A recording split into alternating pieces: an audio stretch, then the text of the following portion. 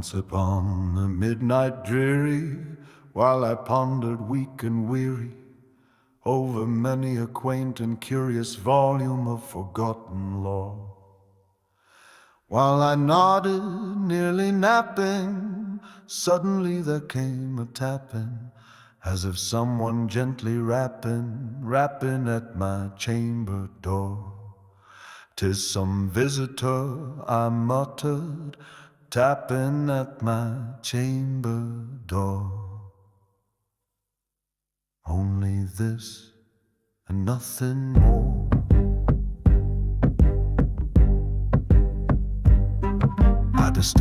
I remember it was in the bleak December, and each separate dying ember wrought its ghost upon the floor.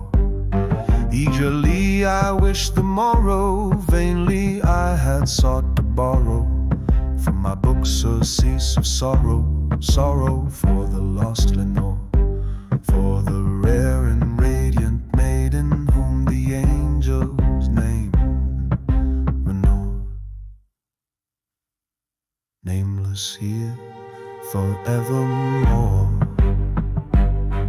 And the silken, sad, uncertain rustling of each purple curtain thrilled me, filled me with fantastic terrors never felt before. So that now, to still the beating of my heart, I stood repeating, "'Tis some visitor, entreat an entrance at my chamber door." Some late visitor, entreat an entrance at my chamber door. This it is, and nothing more. Presently my soul grew stronger, hesitating then no longer. "Sir," said I, "oh madam, truly your forgiveness I implore. But the fact is I was napping, and so gently you came rapping, and so faintly you came tapping at my chamber door, that I scarce was sure I heard you. Here I opened wide the door. Darkness there and nothing more. Deep into that darkness peering, long I stood there wondering, fearing, doubting, dreaming dreams no mortal ever dared to dream before. But the silence was unbroken, and the stillness gave no token, and the only word there spoken was the whispered word, Lenore. This I whispered, and an echo murmured back the word, Lenore. Merely this and nothing more. Back into the chamber turning, all my soul within me burning. Soon again I heard a tapping, somewhat louder than before. "Surely," said I, "surely that is something at my window lattice. Let me see then what thereat is, and this mystery explore. Let my heart be still a moment, and this mystery explore.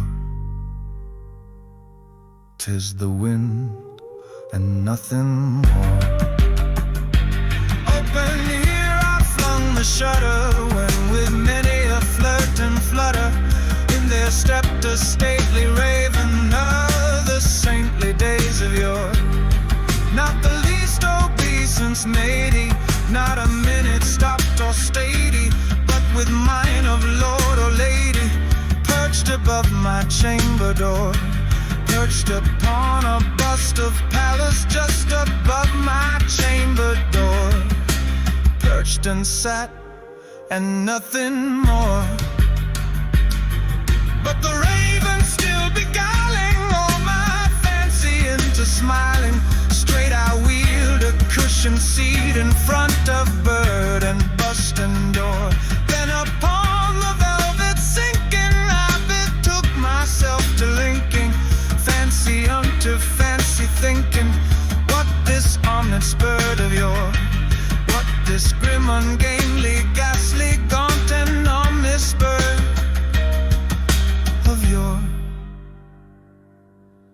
meant in croaking, nevermore. This I sat engaged in guessing, but no syllable expressing to the fowl whose fiery eyes now burned into my bosom's core. This and more I sat divining, with my head at ease reclining on the cushion's velvet lining that the lamplight gloated o'er, but whose velvet violet lining with the lamplight gloating o'er she shall press on nevermore. Prophet, said I, thing of evil, prophet still, if bird or devil, whether tempter sent or whether tempest tossed thee here ashore. Desolate yet all undaunted, on this desert land enchanted, on this home by horror haunted, tell me truly, I implore, is there balm in Gilead? Tell me, I implore. Quoth the raven, nevermore. Be that word or sign of parting, bird or fiend, I shrieked upstarting, get thee back into the tempest and the night's Plutonian shore.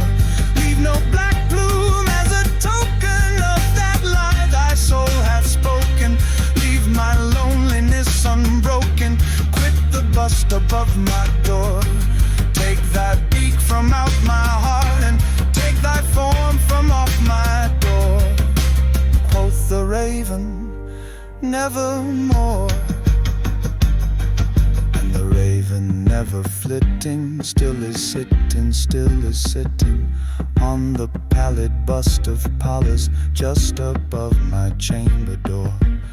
And his eyes of all the seeming of a demon's that is dreaming, and the lamplight o'er him streaming throws his shadow on the floor. And my soul from out that shadow that lies floating on the floor shall be lifted nevermore.